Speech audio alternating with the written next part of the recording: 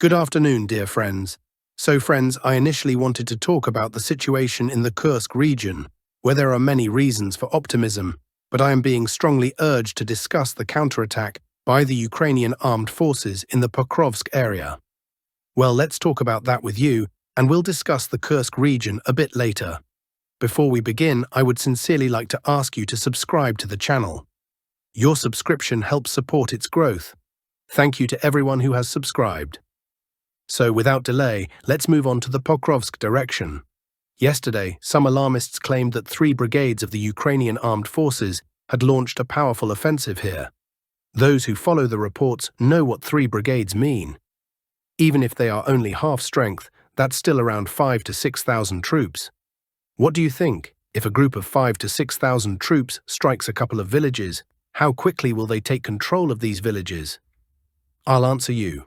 In a couple of hours. So, what do we see on the Pokrovsk direction? The most difficult area here was near the village of Shevchenko.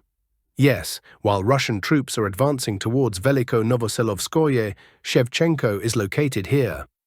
The Ukrainian armed forces attempted to organize a counterattack towards Shevchenko-Pokrovskoye. There were no 3 or even 2 brigades here, of course. The Ukrainian armed forces launched an attack with the strength of 2 assault companies. To be precise, they deployed 4 Bradley IFVs and about 200 assault infantry personnel, which of course is still a significant force. These forces were accumulated in Pokrovsk, from where they advanced. Moreover, reconnaissance immediately noticed them, and both drones and artillery began targeting the advancing forces. 1 Bradley was burned on the approach, another within the village, and then the fighting moved into the settlement itself. The result can be seen on the map, and it's a Ukrainian map that's fresh, meaning it was updated just half an hour ago. So the first wave of the attack went here, towards the local stadium, but they failed to break through to it. The Ukrainian armed forces were stopped on the approaches, after which this entire area, including Komarovaya and Veselaya streets, was ultimately cleared. Currently, this area is under Russian control. The second wave delivered the main strike on the eastern part of Shevchenko. At one point, they managed to advance 3 blocks deep, but only momentarily.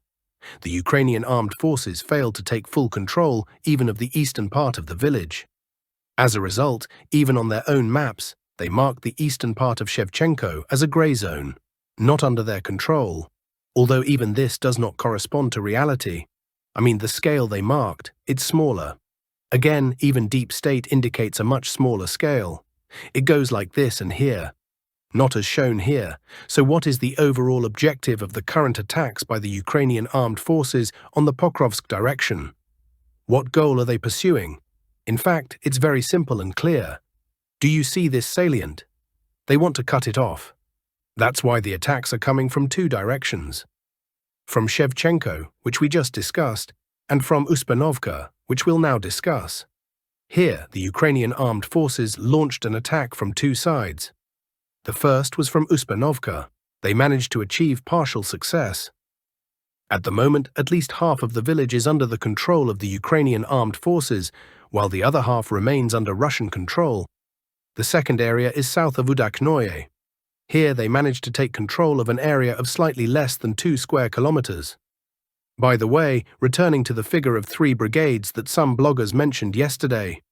Well, you understand, right? That the scale doesn't match the claimed numbers at all. Let's even summarize. What have the Ukrainian armed forces actually achieved on the Pokrovsk direction? Less than 2 square kilometers of fields, 1,800 square meters of fields, to be precise, plus a tactical improvement in Uspianovka, plus the grey zone in the eastern part of Shevchenko. And that's it. Essentially, nothing. If they've come closer to their main goal of cutting off this salient, it's only by a millimeter. Russian troops did not falter here, holding their positions and engaging in fierce battles. That's essentially all that can be said about the Ukrainian armed forces' offensive on the Pokrovsk direction.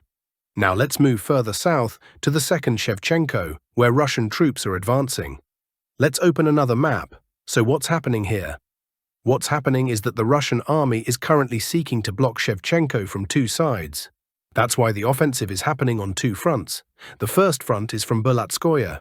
The village came under Russian control several days ago, and at the moment, over 1.5 kilometers, have been covered along the road towards Shevchenko. Currently, Russian forward positions are literally 2 kilometers away from the outskirts of the village.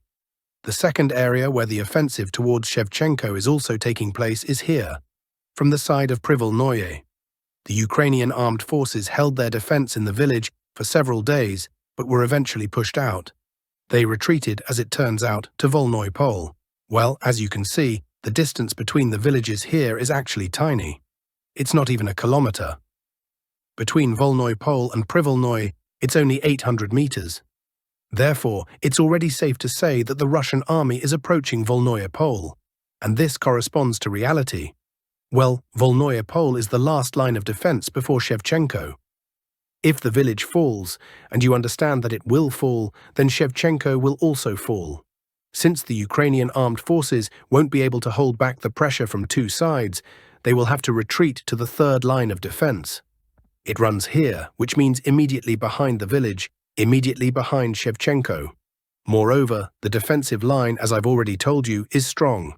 There are dragon's teeth, concrete fortifications, bunkers, and so on. So the Ukrainian armed forces are now pinning their hopes on this defensive line, while, accordingly, the command of the Russian army has set the task of breaking through it. And with the breakthrough of this defensive line, the path will be open for tens of kilometers, including towards the Dnipropetrovsk region. That's why the battles here are fierce, and that's why the Ukrainian armed forces are bringing in reserves. Nevertheless, you can again observe the dynamics. They are not managing to fully stabilize the advance of the Russian army here. Kupiansk direction, as of March 6th, specifics of the fighting on the Oskol River. On the Kupiansk front, active combat operations continue on the western bank of the Oskol River, north of Kupiansk. The Russian armed forces, taking advantage of the Ukrainian armed forces' lack of reserves, are advancing and pushing back the enemy. The Oskol River, which serves as a natural barrier, is currently being used by Russian troops to strengthen their positions. According to available information, Russian units, leveraging the initiative, are regrouping their forces and crossing the river in selected directions. This was observed in the Dvureshnya area, where significant Ukrainian armed forces' presence was initially absent, allowing Russian troops to establish a bridgehead. Similar actions were taken in the areas of Novomlinsk and Topoly. To counter such maneuvers, the Ukrainian armed forces need to strengthen their defenses along the entire river line, creating strongholds. However, according to reports, Russian troops have an advantage in artillery and the use of drones, enabling them to suppress enemy positions and conduct crossings in strategic locations. Currently, Russian units are advancing from Figolevka northward toward Krasny Pervyi. Reports indicate the landing of a tactical assault force in the rear of the Ukrainian armed forces, which could lead to the capture of this settlement in the Kharkiv region. It appears that the Russian military command aims to establish control over the territory along Line 2, which would allow them to directly supply their forces on the western bank of the Oskol River from Russian territory, bypassing river crossings. The advance in this direction continues. Moving on to the Kursk direction. Very interesting footage is coming from the Kursk front, where a huge amount of Ukrainian equipment is being destroyed by FPV drones, dozens of units just in the past few days. Yesterday and today, Ukrainian quasi-military bloggers have been talking all day about the need to withdraw from the Kursk direction, as a massive amount of equipment is being lost during attempts to redeploy it to the Kursk front. The Russian army has tightly tightened the noose on the supply lines of the Ukrainian Armed Forces, UAF, and is now taking advantage of the situation.